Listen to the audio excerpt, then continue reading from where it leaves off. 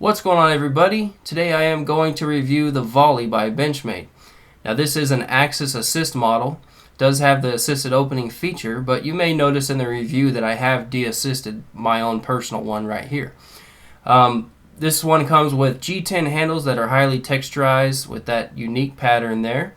And it also comes with an S30V blade with a 58 to 60 Rockwell hardness.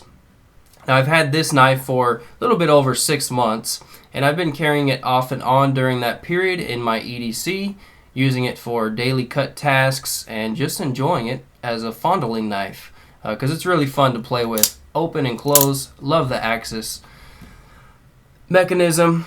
But as far as why I picked this knife up, I wasn't planning on buying it. I just went into the knife store, wanted to check out a few models. And this one kind of jumped out at me from Benchmade, and the reason why it jumped out at me is because of the thinness as compared with many other Benchmade models. This one is much thinner. If you look at the Barrage line and you look at the Griptilians, you'll notice that it's considerably thicker than this one. So it has a slim feel in the pocket. Also, it has the unique texturization on the scales there, which looks cool, and it also feels great in hand as well. As far as the blade, it is S30V, and you may notice that I do have a chip in that right there. One thing I noticed with S30V, and maybe it's just me, but I constantly am getting chips in the edge, and I don't think I abuse them. This one I've never cut anything other than cordage and cardboard and food prep, but somehow I have a chip in that blade, which I do need to sharpen out. But when I got the blade, it was extremely sharp. It was hair-popping sharp, razor sharp basically. Benchmade did a great job on that. This is a drop point blade. Really like the blade shape. It's really worked well. It's also very thin. If you look at the spine of the blade here in comparison to something like the Paramilitary 2, you can kind of see the comparison. It's extremely thin. Here's another knife. Here's a Spyderco Sage. Just look at the thinness on the blade there. So it does make a very, very good cutter, very good slicer. Cuts well. The grip in hand, I've noticed, is really comfortable. No hot spots for me, other than the pocket clip. The edges on the handle are rounded. They are not sharp on both sides, so when you're cutting something or you have to put a lot of force into something that you're cutting, it's just extremely comfortable to use. Inside, we do have nested steel liners that are skeletonized, so to cut down on weight. And speaking of weight, let's do a weight test on it. Set up my scale here, and I believe it's somewhere around 4.3 ounces, I want to say.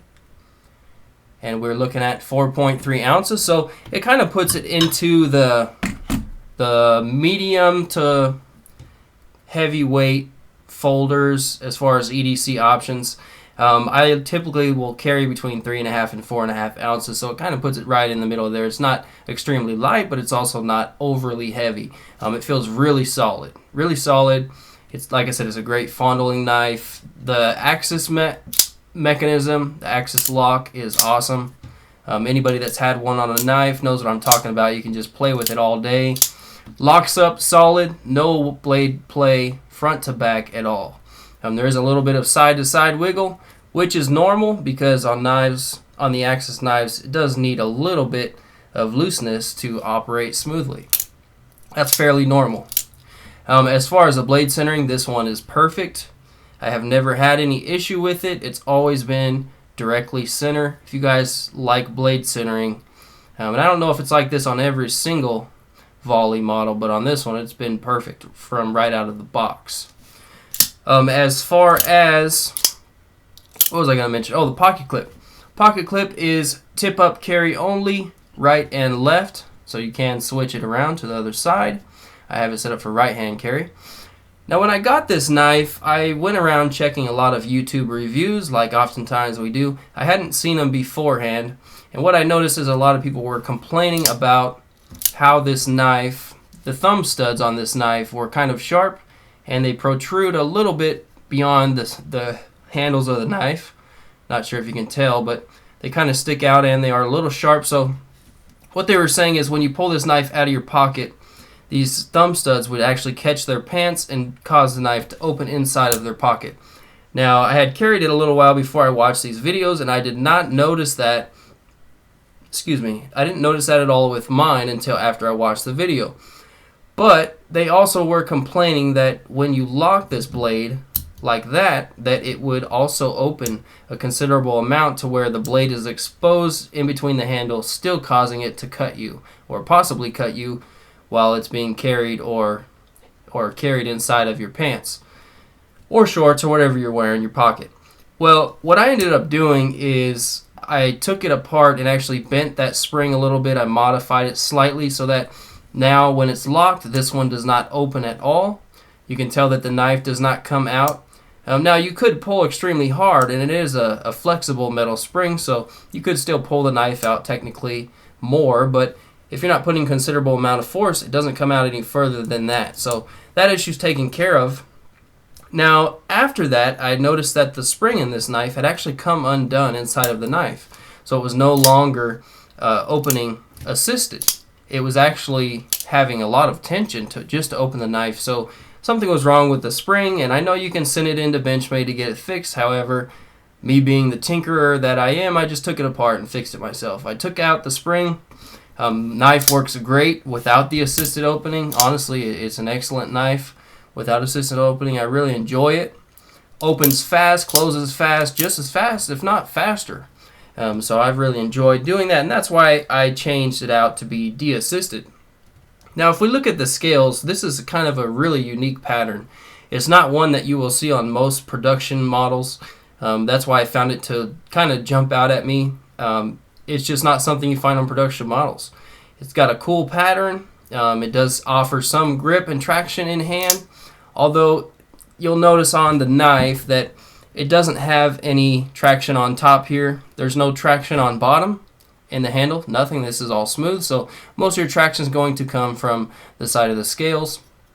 On the back, we do have a black back spacer that does have some traction, but it's mostly for aesthetics. It's not really to add grip in hand, but like I said, it does have a really comfortable grip. Fills my medium to large hands fairly well. If you look at it like that, you can see it just barely comes out of the side of my hand. Very, very comfortable. And using this, cutting cardboard and things like that, I don't notice any, like I said, hot spots. It's just really comfortable to cut with. Let's go ahead and cover, let's see, I think I covered almost everything. One thing I wanted to do is do some size comparisons. I want to do some size comparisons on how it carries in pocket. So here I have the Paramilitary 2 and I have the Volli here, and you can tell they're both fairly thin and they're actually pretty comparable. If you were to have it in pocket, you can see that it's about the same thickness as the Paramilitary 2. It does carry very well in your pocket. The edges of the scales are rounded, they aren't flat, so it's going to have a little bit of a different carry, but not too bad. Here is the Spyderco Sage in titanium. You can see that it is thinner, the handles are, but it's just titanium scales. So let's look at some size comparisons on the table here, just so you can see what it looks like. Let me adjust my focus. So there's a Paramilitary 2 next to it. You will notice that the Paramilitary 2 is longer, just slightly, a little bit. And we can go ahead and throw the CRKT Shenanigan in there for a size comparison. Just to give you an idea, Shenanigan is definitely larger, but that does give you an idea of the size. Now, I wanted to do one last thing. Let's do a blade length measurement, which I believe it is about. Cutting edge is about 3.25 inches. Here you can see there, it's about 3.25, between 3.25 and 3.35 is the cutting length. Handle, actually we'll just do the overall knife measurement. Looking at about 7.75 inches off of my measurement. So you can see it is a larger folder, medium to large.